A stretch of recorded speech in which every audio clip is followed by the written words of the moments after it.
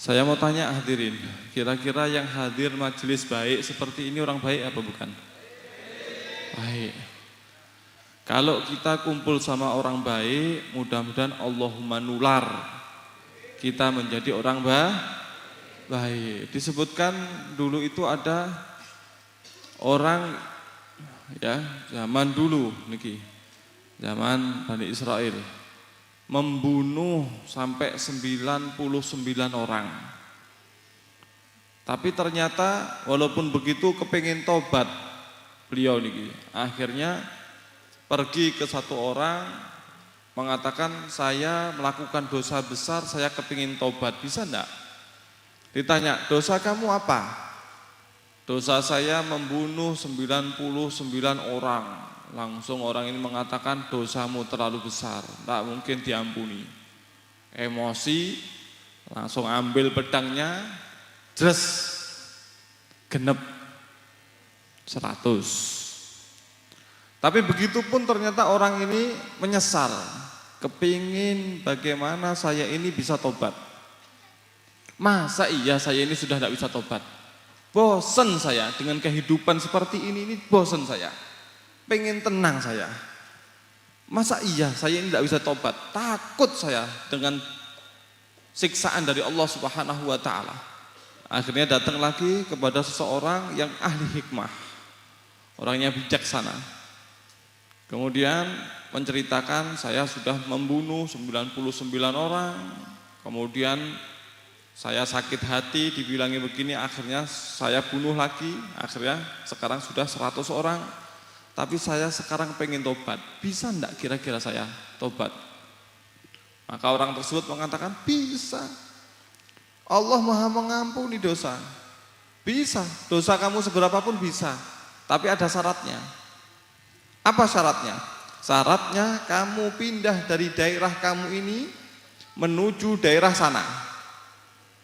Kamu jangan di daerah ini, kamu pindah ke daerah sana. Akhirnya orang ini secara singkatnya ceritanya kita nggak selesaikan, kita ambil poinnya saja. Akhirnya orang ini pergi ke sana. Nonton nggih? Pun. Tapi kenapa kok disyaratkan untuk pindah daerah ke sana? Hadirin, ternyata lingkungan itu mempengaruhi. Pertemanan itu mempengaruhi.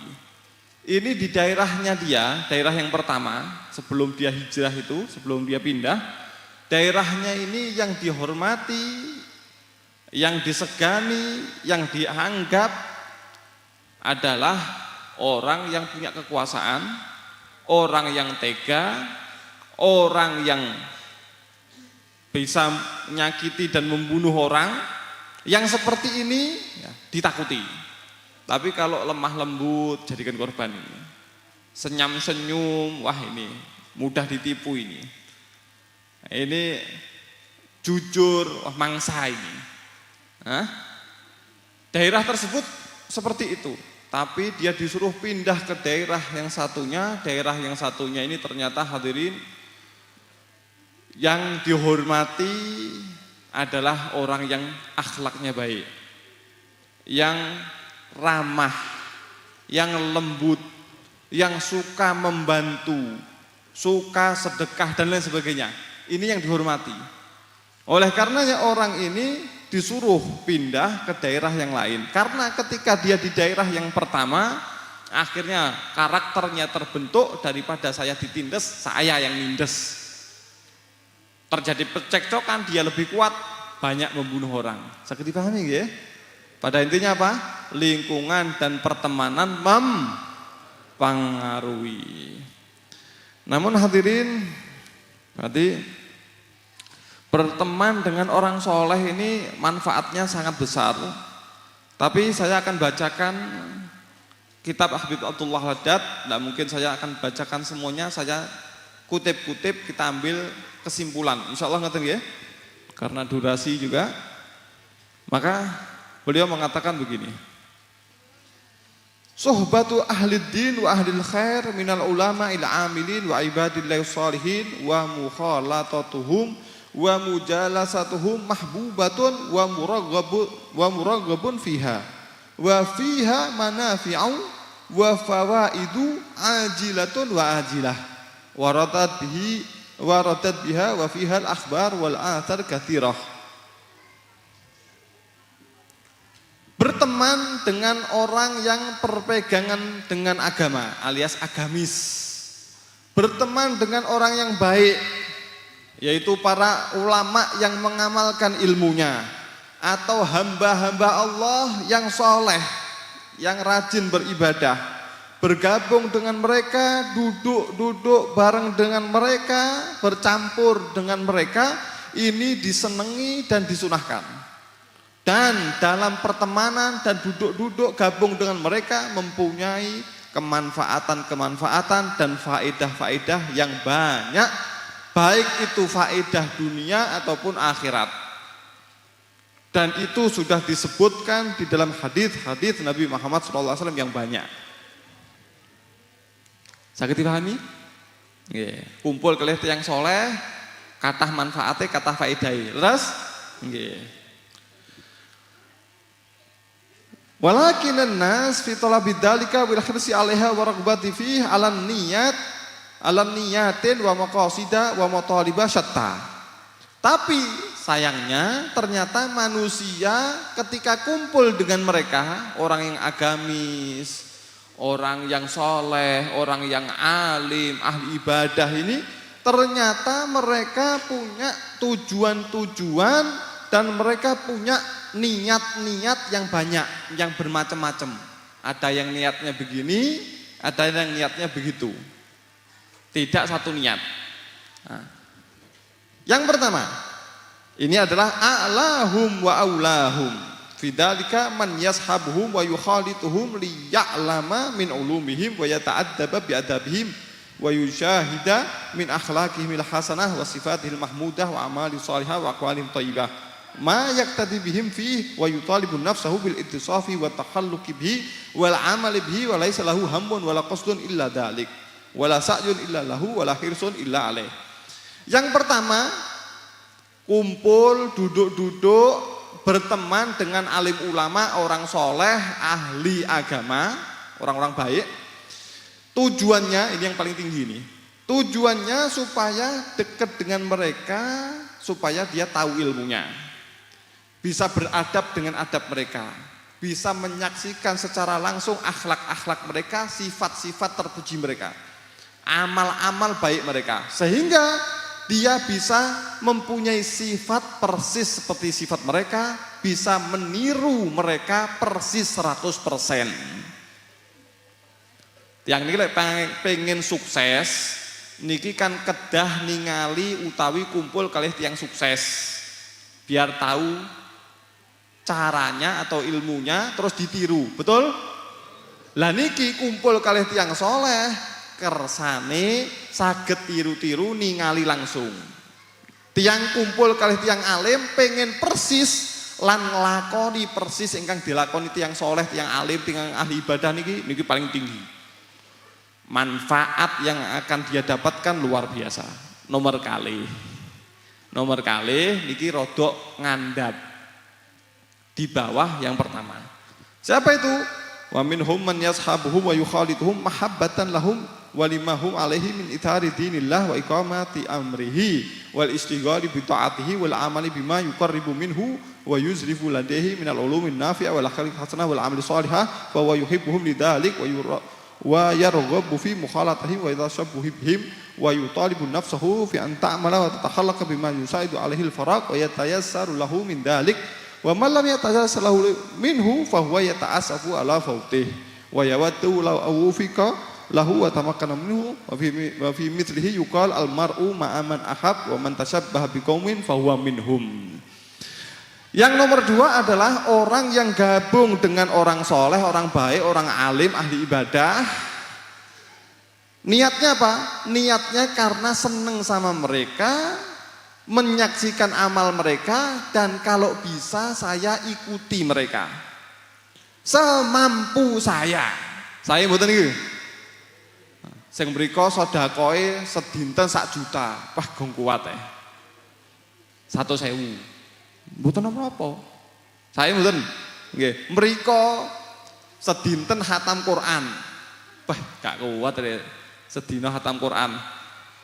Dia baca sehari 1 juz. Saya mboten. Saya apapun yang mereka kerjakan dikerjakan. Cuma ndak bisa persis seperti mereka. Dan ketika dia tidak bisa persis, dia menyesal. Getun.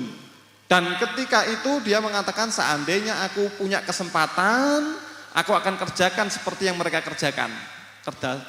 Kersane kula saged naik tingkat. Niki sesuai dengan sabdane Kanjeng Nabi Muhammad SAW, almar'u ma'aman ahab. Seorang itu akan dikumpulkan dengan orang yang dicintai.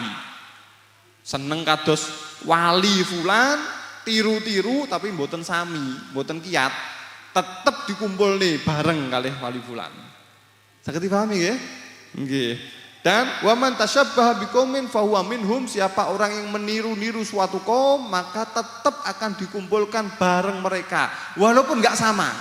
Sing penting tiru-tiru, sing penting sampun wonten nglakoni walaupun mboten sami persis.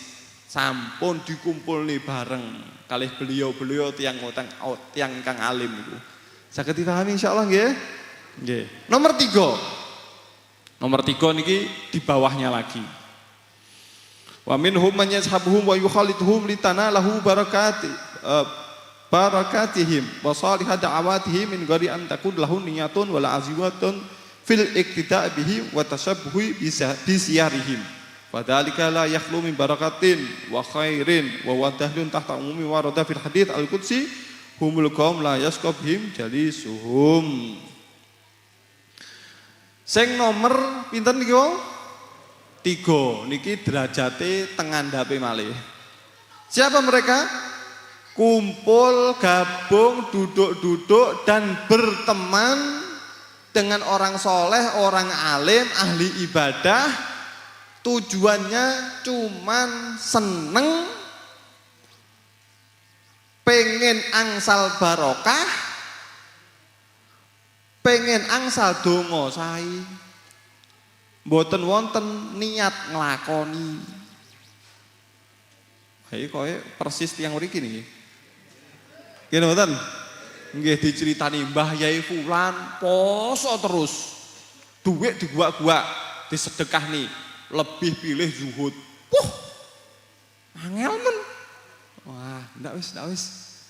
Lek bengi melekan. Dikiran sampai subuh, sampai isrok. Hah? Wah, berat. Wis njaluk donga tok barokah-barokan tok Kumpul sama mereka, gabung sama mereka, cinta kepada mereka, cuman pengen berkah angsal donga tok, mboten pengen niru blas. Niru titik ndak? Nggih, kadose wonten nggih, tiyang ngoten niku. Nggih teko. Nggih panggah teko. Ngelos. Nggih. Saya mboten. Saya tapi tingkat nomor 3. Tasik saya panggan. Sing nomor sekawan. Sing nomor sekawan jangan ini Bapak, Ibu, jangan yang nomor 4 ini. Siapa mereka? Yang nomor 4 ini adalah mereka wa innama yuhramu wa yahibu man takunu niyatuhu min fi suhbatihi wal ikhtilati bihim ayu urafa bidzalika bainan nas fayatawassala bihi ila syai'in minal umuril mahdhurah al muharramah fi syar'i ala tawahhumin minhu wa dhannin fasidin annan nasa idza arafuhu bi khultati ahli khair was salah wa suhbatihim la yadunnuna bihi wa la yatawahhamuna fihi annahu yartakibul maharim wa yaktahimul mahdhurat fala yustabadu mithlu dzalika fa innahu qad yakunu fi ba'dil makhdhulin al masquti alaihim. Sing nomor sekawan, naudzubillah, mudah-mudahan tidak ada satupun kita yang tergolong nomor 4 niki. Nggih. Nggih. Sinten? Orang yang kumpul sama orang soleh, tiang alim, tiang ahli ibadah, tiang sae, ternyata tujuannya adalah supaya orang-orang bilang dia itu orang baik karena dekat sama orang baik. Supaya kejahatan-kejahatan yang dia kerjakan itu tidak diketahui oleh orang.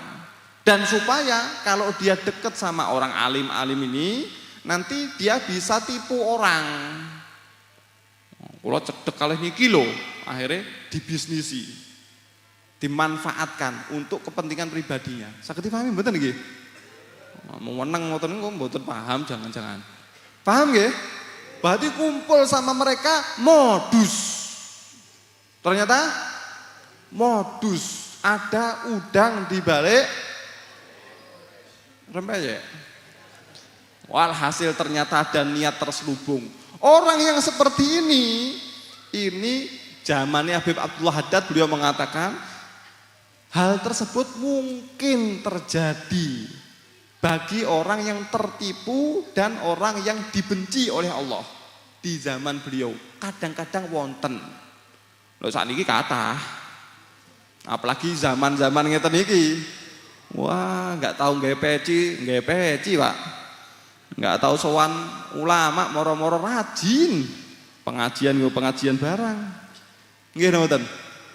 Kalau niatnya baik luar biasa, dia akan dapatkan keberkahan dan kemanfaatan. Dunia akhirat, jangan khawatir. Nah kadang-kadang niatnya enggak baik, modus. Akhirnya di dunia enggak dapat apa-apa, makhdul, tertipu, mashud, dibenci Allah. Naudzubillah min dzalik. Nah, akhirnya zong, ternyata malah angsal benci dari Allah. Naudzubillah min dzalik. Bapak Ibu ingkang dipun muliakan Gusti Allah Subhanahu wa taala, Imam Ghazali beliau ndawuhaken nggih, mantun ngeten kesimpulan nggih.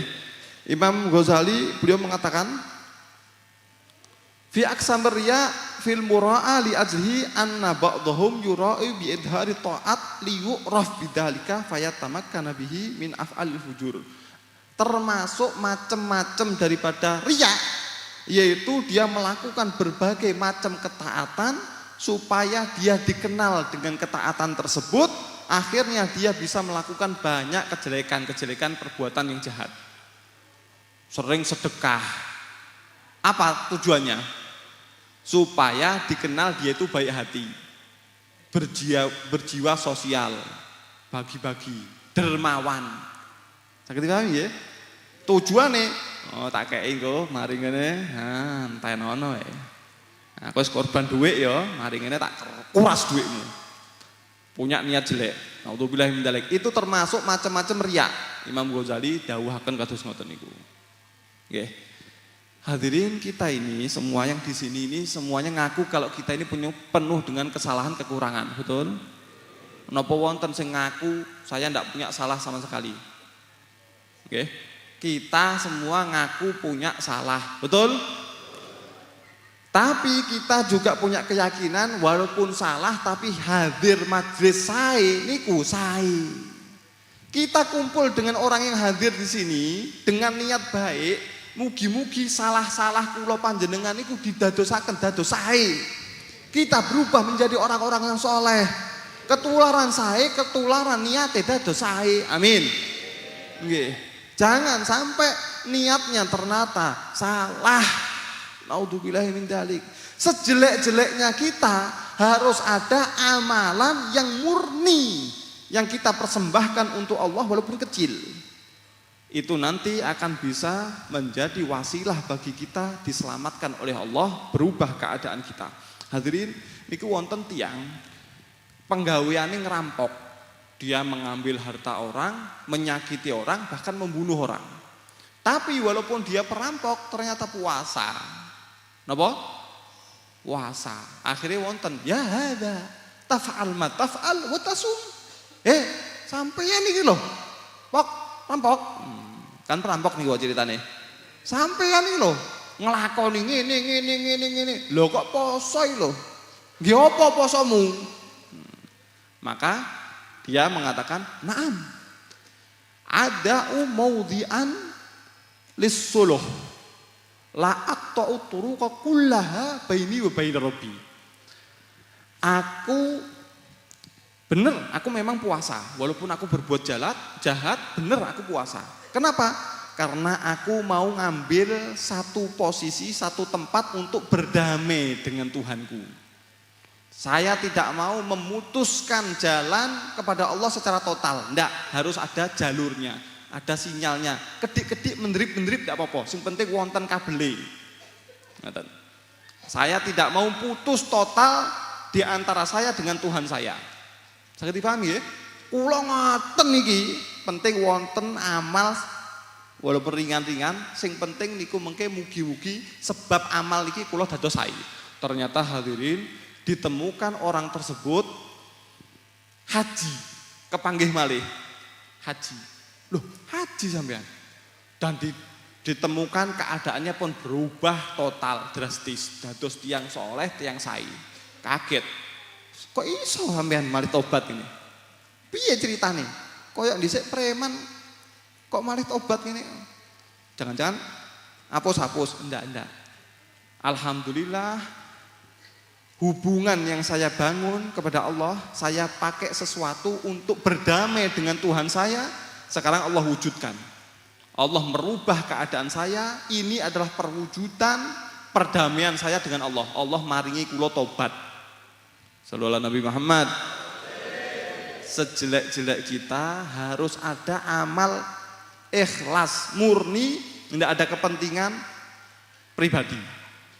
Pengen dikenal wong, pengen diakui orang, pengen dipuji orang, pengen modus ini modus itu, pengen dapat sesuatu daripada harta, kedudukan, pangkat.